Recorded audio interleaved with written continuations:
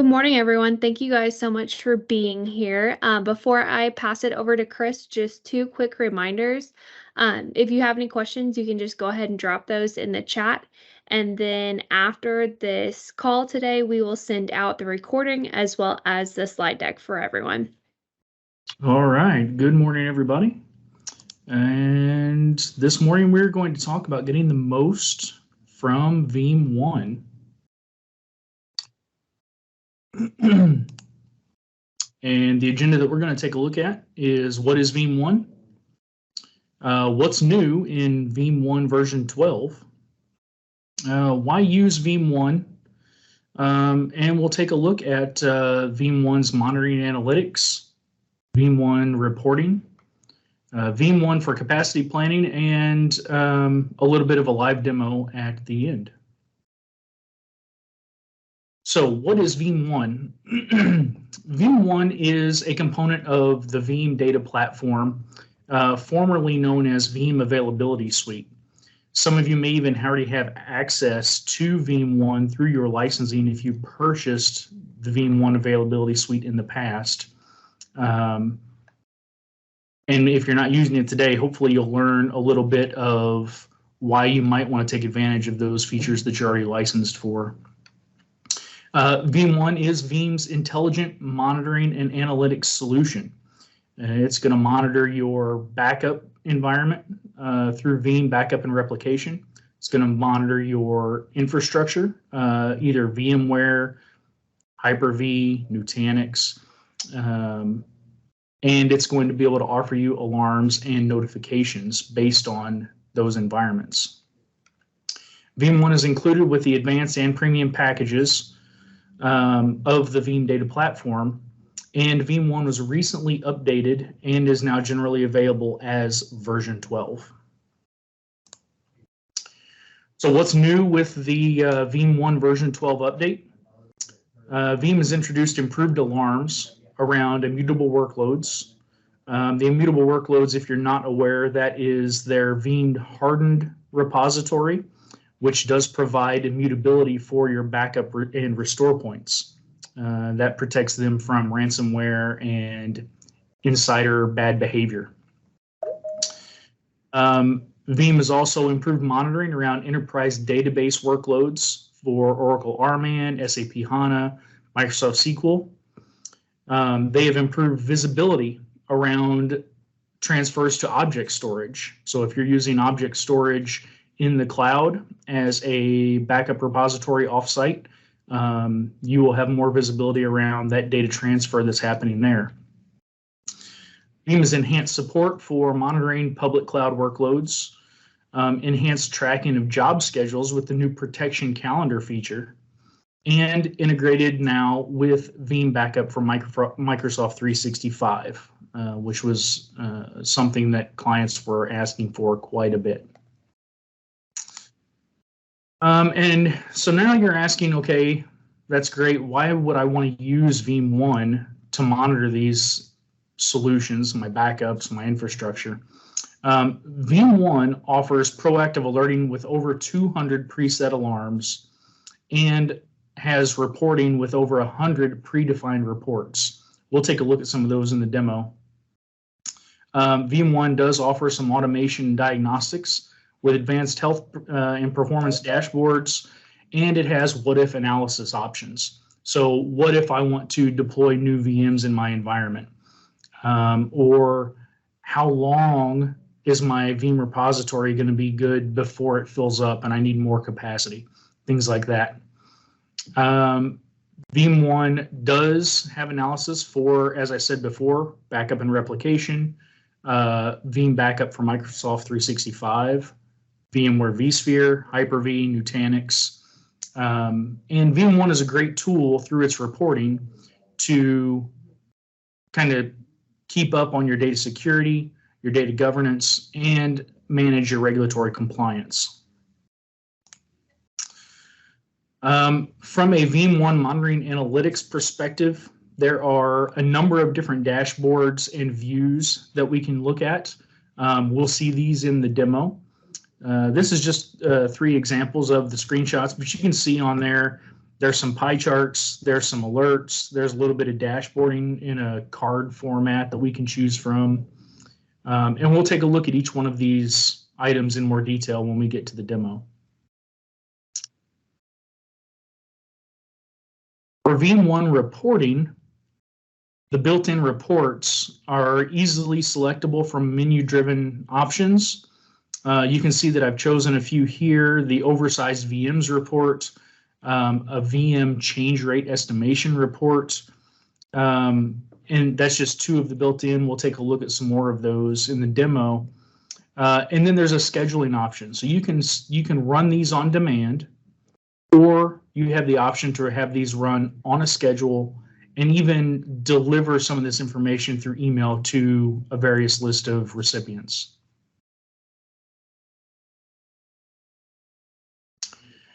Veeam ONE also offers capacity planning options.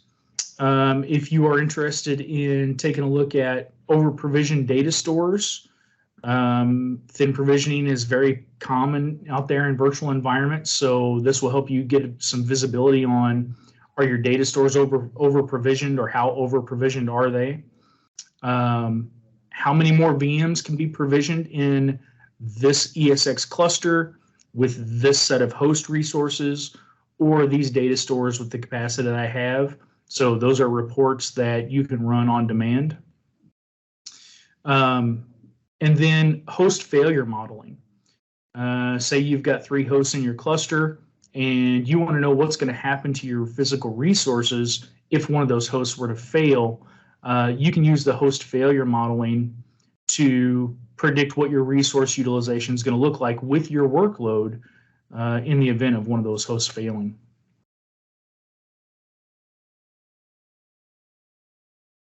So that was all my slides. Let's take a look at the live demo. To switch my share here.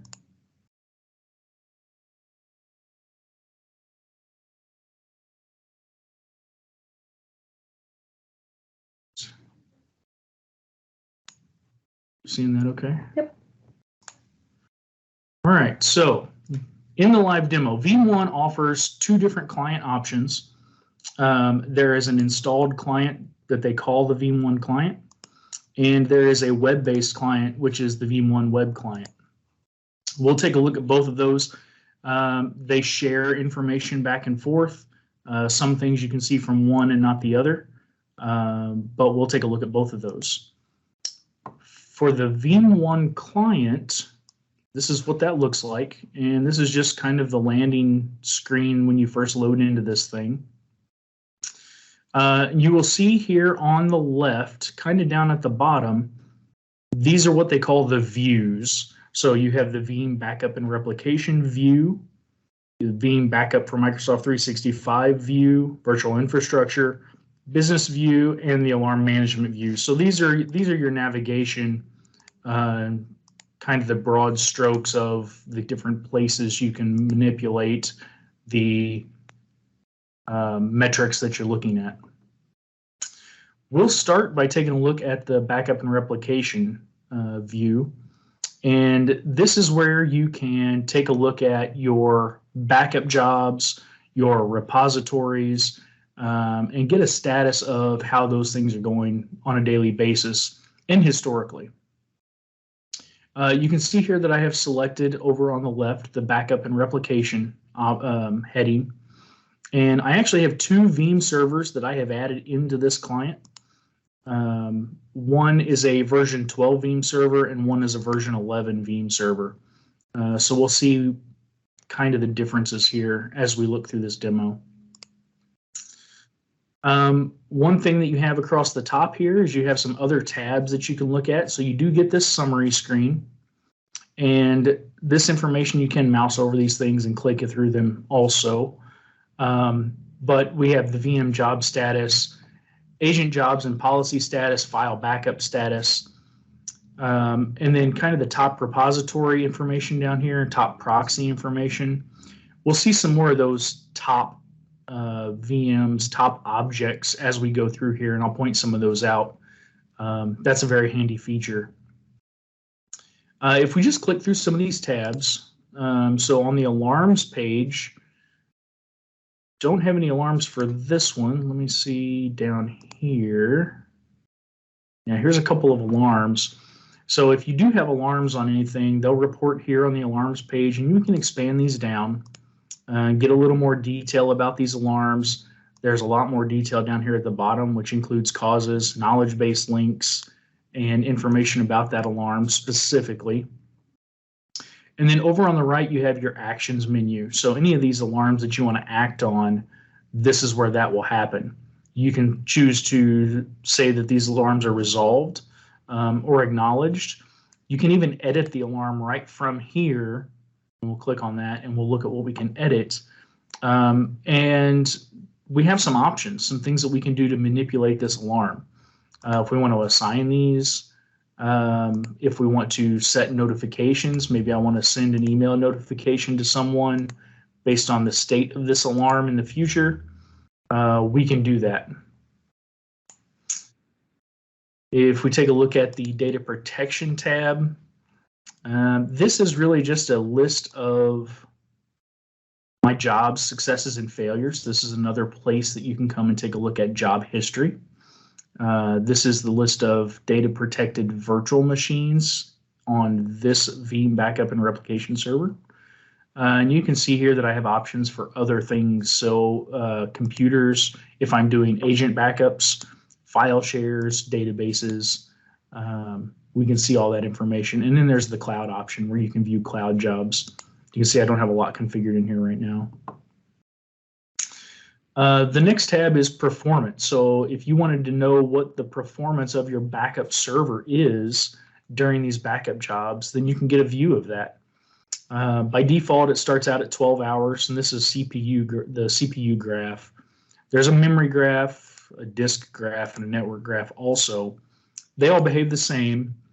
You can mouse over to see specific metrics of this point in time that you choose. And then you have some chart view options down here. So you can customize the view a little bit here if you want to, and you can change the period that we're looking at. So like I said, this defaults to 12 hours. You can drop this down and choose the last day, week, month, year, or even a custom date range if you want to do that. And then the last tab on this screen is the tasks and events, and we don't have anything showing up in here right now.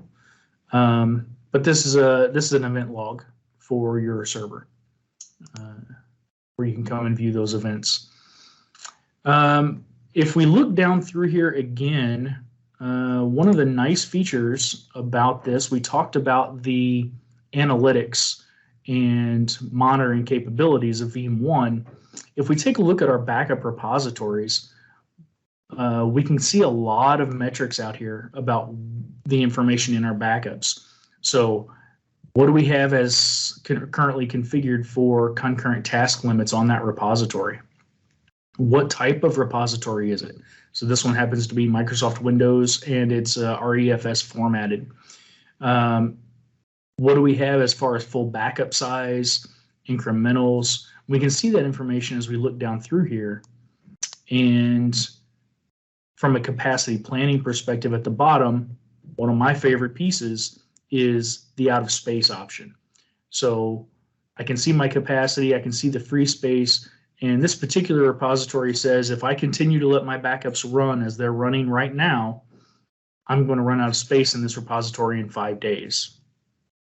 So that's a great feature to have. You don't have to do those calculations yourself. You can just rely on Veeam ONE to have that information for you. There's also these monthly summaries you can get. It kind of rolls all of this up into a monthly status report here. You can also view alarms about your repositories and the protected data, the performance, and the tasks and events. Those all exist kind of across the board as you click down through here. We'll take a look at another repository that we have down here. This one has a little bit more backup information being written to it. Again, this is Microsoft Windows REFS, but we see there's some more full backups. There's incremental backups, which the other one didn't have. This one looks like it's going to be out of space in about 93 days. So this definitely helps with capacity planning. And even if your backup jobs might need to be tweaked a little bit for how much you're retaining or when you need to create synthetic fulls versus incrementals. This is all great information for helping with that design. From the backup for Microsoft 365, we don't actually have ones in the lab, so I can't really show that to you. But here's a list of some of the features that you get with that. The visibility is pretty well similar to what you get from the backup and replication, right? So you get all of the data protection look and reporting there. You get the governance and compliance, the dashboards. It's really the same information you're getting on-prem with the backup and replication information, just from a Microsoft 365 perspective. When we look at the virtual infrastructure view, again, we have these tabs across the top where we can do the summary page, alarms, top objects, which is what we're going to look at in a minute, and the tasks and events. So we'll start at the summary page, and you can see here on the left, I get a tree similar to, this is a VMware environment. So similar to if I'm in vCenter, I get the same kind of navigation over here where I can flip down through the data center and the cluster, and I can see my ESX hosts over here listed. I happen to have 2 vCenters in here today, and so we can take a look at these clusters and these ESX hosts. But you'll notice that I have latest alarms down here at the bottom, and this is just a summary again. But it tells me what my alarms are, what the source of the alarm is, the time that the alarm happened, and then of course what their criticality level is, whether it's an error or a warning. And if I need to get deeper in depth on those alarms, again, I can go over to the alarms tab, and I can click down through here and I can see what these are. And if we expand the name over here a little bit, we've got some latest snapshot sizes. So snapshots, VMware snapshots can always be a problem for performance, for vMotion operations, even for backup sometimes. And there's a little bit of a shortcoming within VMware vCenter itself when it comes to reporting around snapshots. So it's great that Veeam ONE is able to do that reporting for us. And kind of give us an easy at-a-glance look at what our snapshots, where we have VMs that might have snapshots that are an issue. Infrastructure objects here. This is just a list of the inventory, right? Here's just all my VMs and whether or not they're healthy. CPU usage, memory usage, a lot of analytics, a lot of performance metrics and sizing information is gathered out here at a glance. So again, this is stuff that you can see from vCenter also, but it's organized a little differently here in Veeam ONE, and then it does also tie in the ability of managing those alarms around these objects. We do have the performance tab again here, so from a VM or ESX host perspective, we can look through the CPU, memory, network, data store, and we still have the same options for adjusting which period we're looking at, if we're doing CPU usage or potential CPU bottlenecks. You can see here that we don't really have any bottlenecks being reported right now, but it does have that feature. And then the top objects tab, which I mentioned before, and again, this is a super handy tab because I can see what are my top 3 by default by CPU usage, by memory consumed, by data store usage, by network usage. And these are all great metrics. If you're having some physical resource limitations crop up in your environment, you can definitely leverage this top objects tab to come out here and figure out who are the VMs that are eating up all of my physical resources. And we do have options up here at the top. Like by default, these are showing the top 3 in each of these categories. But if you use these 2 options here at the top, I can either change which interval I want to look at. So right now it's at 30 minutes, but say I want to look at the last 60 minutes, then I can make that change here. And if I don't want to look at, maybe I want to look at more than the last 3. So let's say we want to look at the last 5, right? Or the top 5, I mean. So over the last 60 minutes in my environment, the top 5 by CPU usage, and here are those VMs. The other thing you can do is you can select counters, which is basically a whole list of these categories that we can look at, right? So if I don't like the default ones here, maybe I'm not interested in my network usage for whatever reason, I can pull that one out of the list. And then maybe I want to see what my, let's see, let's pick one good out of here. Maybe I want to know what my write rate is or my write latency is. I can add that one in. And then if I want to move that up, you can obviously move that up the list here, hit OK on that. And now I have some write latency. Well, it's not reporting anything, but I do have my write latency option that is out here now and should be listing my top 5. I'm not sure why it's not. But you can modify this, customize this however you want to, so that it makes sense with the metrics that you're looking for. And one tab that we have here for the ESX host that we didn't have for the backup and replication is this hardware tab. Sometimes this information is a little difficult to get, but we can see here that this particular host that I have selected, all of its hardware is showing healthy. And you can expand these down for more information. So that's the virtual infrastructure view. A lot of information can be had there. If we take a look at the business view, this is one that I was looking at earlier. So the business view allows us to categorize things in various ways. So I can categorize by SLA, by VM location, host data stores, clusters. I have these SLA options, whether this is a mission critical object or not. So it's all about categorizing your resources and not looking at it from a technical perspective, but looking at it from a business perspective. And again, I talked about this before. One of these default categorizations is VMs with snapshots. And so we have here snapshots older than 7 days and snapshots older than 30 days, right? So another kind of at a glance, quick, nice capability to be able to come out here and take a look at all of my VMs that have snapshots that are older than 30 days, which is not something that I can easily see just within my VMware vCenter interface. And then the last view down here on the bottom left is alarm management. So we've seen a lot of alarms around all of this infrastructure. And this alarm management really gives us the ability to not only view what all these alarms are, but also make adjustments to them if we need to. So let's pick one out here. Let's say, let's pick this host one and CPU usage. So we'll just take a look at this one.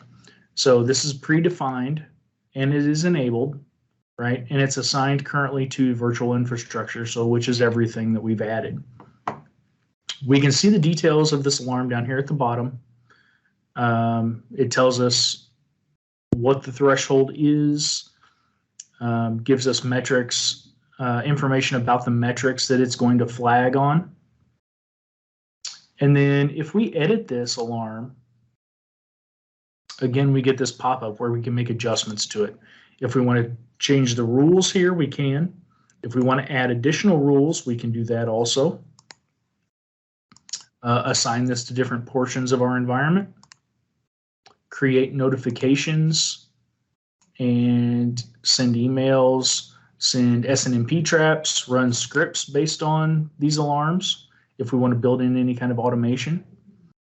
And then some other actions that we can take place. We can have take place if we wanted to run these scripts. We can add multiple of these actions in here. With each of these actions, we have the option of making these actions automatic so that when this alarm triggers, it will automatically operate whichever script we put in here. Or we can ask it to require approval. So it'll throw a notification up and we'll have to approve that action before it runs. So we don't have things rebooting or powering off in the middle of the day. But still we have that automation of acting on the alarms. And then if we have something like a data store performance issue, that maybe we have a data store that's getting hit with a lot of I/O just during our backup window, and we know that it's because of our backups, you could come in here and you could suppress the alarm just during Veeam backup activity, or specific start and end times if we wanted to, so that you weren't getting that alarm at 2 o'clock in the morning when backups are running overnight. But then you would outside that window if there was another issue to crop up during the day that wasn't during your backup window. So another nice feature for those alarms. That's all the views. If we want to take a look at just some of the menu options here, if we needed to, if we click the little 3-line menu up here in the corner, this is where we configure our Veeam ONE. So adding servers, configuring our mail server for notifications, just kind of the general settings that you would have in here for the client and the server settings. Things like notification policies, monitored VMs, banners if you wanted like login banners and consent banners and things like that. Those are all here in the settings option in the upper left-hand corner. If you want to take a look at your license, so this Veeam ONE is licensed with Veeam Backup and Replication. It is not licensed as a standalone product, but you can take a look at your license information. What's the expiration date on your license from this menu? And then one thing that we haven't talked about is the built-in reports. So there is an option here to switch over and take a look at the reports. What happens if you click that is it launches the web client. So we'll take a look at that. I'll show you guys how the web client pops up here. And then the web client does ask for some authentication. So I have already authenticated. Well, it timed out on me. I did already authenticate. We will authenticate in here. You can use domain credentials. You can use local credentials. I'm going to use local credentials for my configuration here.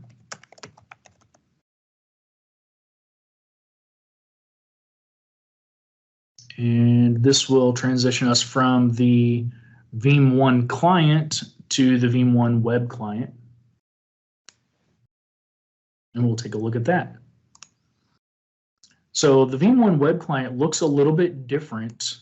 It is configured in these dashboards with this kind of card view. So these are the default options here.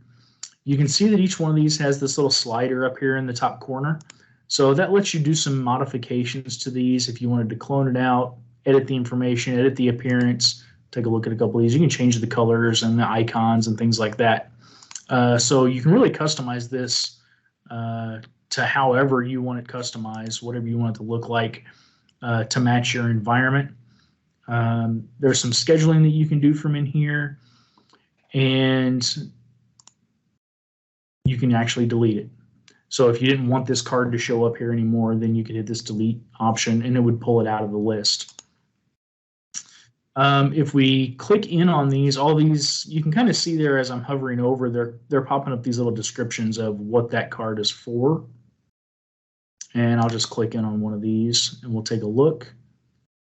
So a lot of information, a little bit of an eye chart. Hopefully you guys can see that. So when we click in on this, then we get these cards again. So this is the Veeam Backup and Replication dashboard. And this is a lot of the same information we were looking at in the Veeam ONE client, but displayed in a different way. And again, you have these sliders where we can edit these things and we can go into the full report. So this is the Backup Infrastructure Inventory Report. And if we click this little slider, and we say, okay, let's view the full report. That takes us over to the Reports tab, and we have an option to take a look at this backup inventory. So this generates this report for us, and give it a couple of seconds here to spit out the report, and then we get a report. Nice fancy report. We can use this to present to management or just kind of keep tabs on how things are going. You can see my 2 backup servers are listed in here. I have my the versions that are listed in here, some of the backup proxies that are in here, repositories that are in here, a lot of information in the backup inventory report. One thing that you might miss is up here at the top is your navigation in the report. So if it's, you can see this one has 2 pages. So if I need to switch to the next page, last page, refreshing, scaling, saving, those kind of things, that's all up here at the top. There's not really anything in page 2 of that report. But this is kind of how the web client works compared to the Veeam ONE client. Everything's done through these dashboards.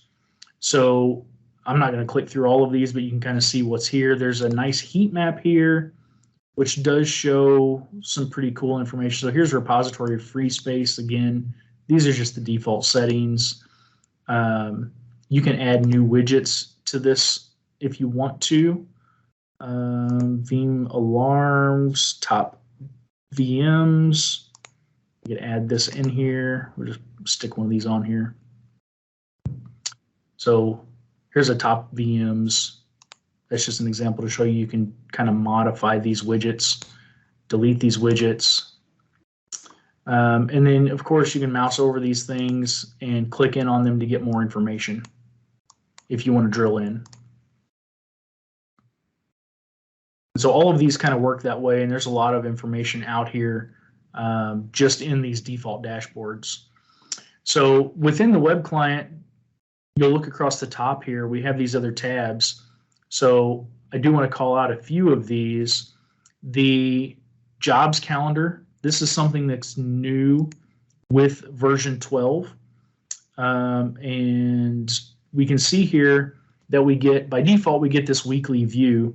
And what this is this just is an overview look at all of your backup jobs and everything that you have running in your Veeam backup and replication schedule. So you can see here I have a legend here that says backup jobs with this little blue color, and you can see that each one of these little boxes here is when this daily backup is scheduled to run, and that's all through the week. So I can look at from a monthly perspective again, and I can see, okay, I've got this VM daily backup scheduled on every day. And this is just a great way to plan out your backups. If you have a number of different backups and backup copies, replication from one site to another, and you get all those schedules built out, and maybe you're running into some contention for resources because you have multiple jobs that are overlapping with each other. This is a great way to come in and take a look and see, where do I have job overlap at, and where might I need to adjust my schedules a little bit so that I don't have so much resource utilization at any one time. One of the features that we talked about earlier was maybe if I want to do some capacity planning, this deployment projects. So this tab gives you the option of, say I want to add some VMs. Let's quickly click through here a little bit. And I want to add them to this NSG cluster and maybe these 2 data stores. And it's going to be a new VM name. Give it some resources here.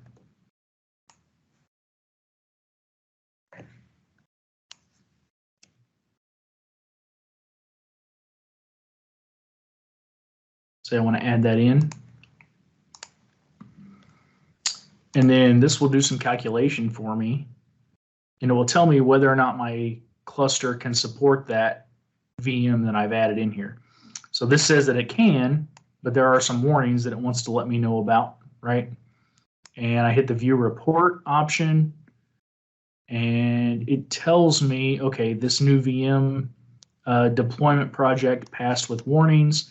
Gives me some information about my environment here, and shows me down here at the bottom what are the resources that I'm going to have before and after my deployment. So you can do all kinds of modeling with this deployment projects option, and that'll help if you have big projects that are coming up and you want to know if you need to expand the memory in your host or you need to expand the storage in your data stores. Just another one of those capacity planning features. And then the last thing we're going to talk about is these built-in reports that we have. You can see here, I told you earlier there was 100+ reports. They're categorized here, so it's nice and easy to come and select these pre-built reports. I'll call out a few of them that I think are my favorites. From the vSphere optimization perspective, they have an oversized VMs report. So this is something that I see a lot in our client environments. Software vendors provide specs for their applications, and they don't always provide specs that are friendly to virtual environments. So you may get these requirements where this particular software package requires 8 CPUs and 32 gigs of RAM, something like that. And after running in that application for a few weeks or a few months, you notice that it's never using those resources.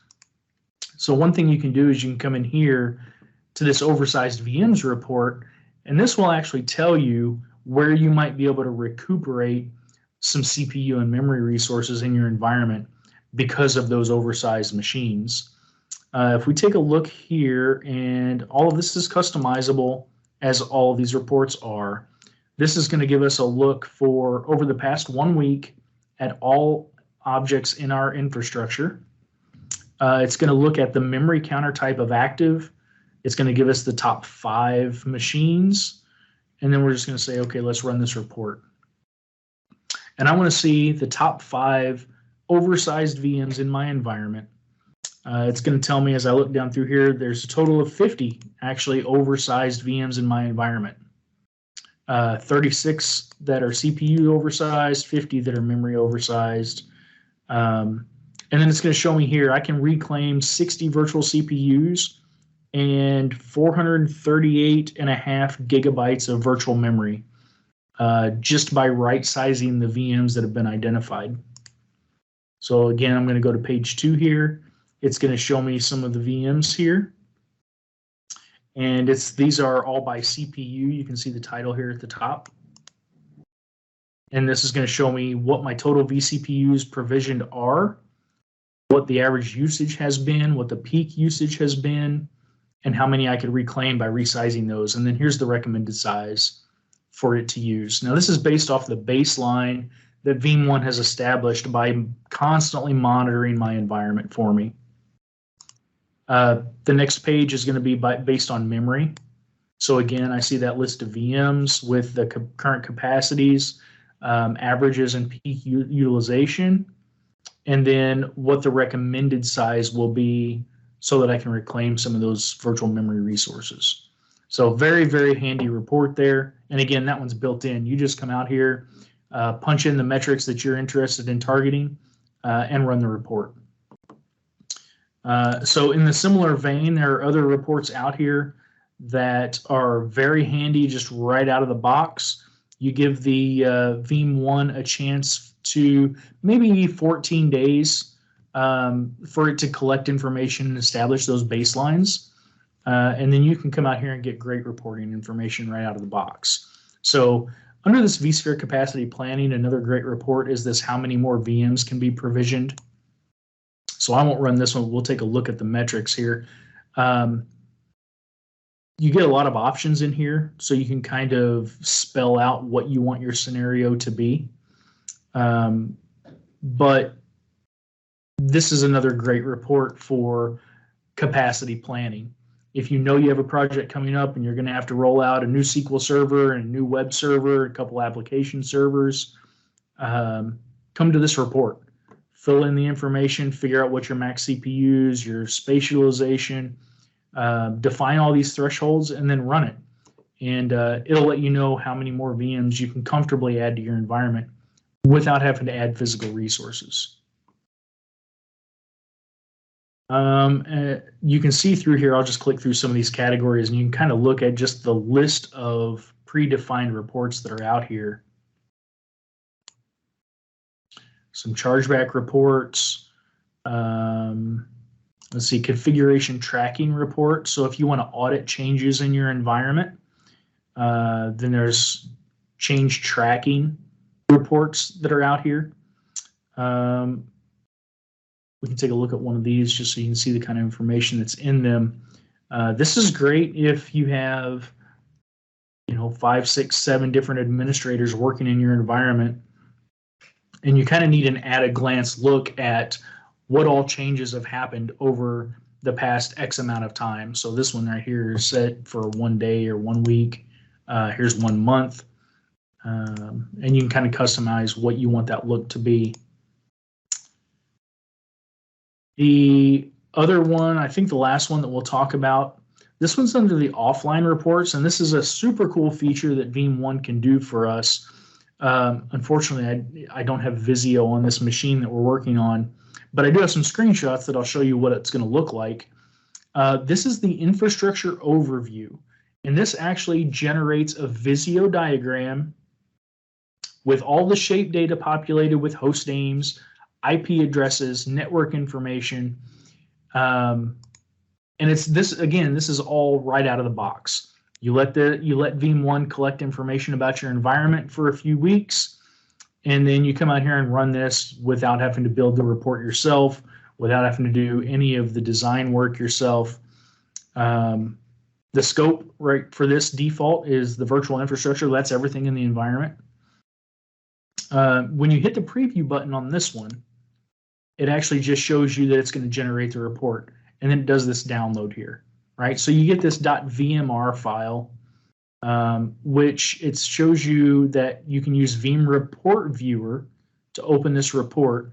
Now, like I said, I don't have Visio on this machine, so I can't actually do that. You can see the icon here in the background for the Veeam Report Viewer. And when I open this up, it's going to tell me, or when I try to launch this, it's going to tell me that I don't have Visio installed. Let's see. Yeah. So it can't open because I don't have Visio installed. But if we could open that, we would see what we have in these screenshots. And so it is a fully drawn out Visio diagram. Let me make this a little bit bigger. Not that much bigger. All right. It's not going to be comfortable to look at, but it's a fully drawn out Visio diagram of my entire environment, my VMware vCenter, my clusters, the hosts underneath my clusters, the individual VMs that are running. This one's a little blurry. I have a second screenshot here that shows a different environment. This one's a Hyper-V environment, but you can see that you can get the same kind of information out of either one. Again, this is showing the hosts and the individual VMs running underneath that host. You can see the little green play icons on here if they're powered on. But each one of these you can click into. You can view, if you're familiar with Visio, you can view the shape data for each one of these objects, and it will include all of that information I mentioned before. Host names, IP addresses, network information, and just a wealth of information that's generated, again, right out of the box with one of the pre-built reports that Visio offers. So I think that wraps up I could spend hours going through all these reports with you guys, but that wraps up our live demo. If you have any questions or comments, like Mallory said, get those out there in the chat box and we can take a look at those. Thank you guys for spending time with us, and feel free to reach out if you are interested in a more in-depth or more specific to your environment demo of Veeam ONE and what it offers for you. You have a couple of questions. Okay. The first one is Veeam ONE a standalone product? Veeam ONE is not a standalone product. Veeam ONE is part of the availability suite, which has changed its name. But it is, if you purchase that level of license, it's included with your Veeam backup and replication. It's all one license. The second one is, who should I contact to learn more about Veeam ONE? Absolutely. Contact your select account manager or contact me directly. Is my email contact information out there with the invite? We'll provide it in the slides. We'll provide it. So we'll provide my contact information. You're welcome to reach out to me directly, and we can set up demos or just have a phone conversation about Veeam ONE. And then one last one for you. In your experience, what is the most helpful or insightful feature that Veeam ONE users might currently have access to but are leaving on the table? So the nice thing about Veeam ONE is once you purchase the license, you get all of it. It's not an a la carte license. And like I said, if you have previously, even if you're not running version 12, if you're running one of those previous versions and you have the availability suite bundle, you have access to all of these Veeam ONE features.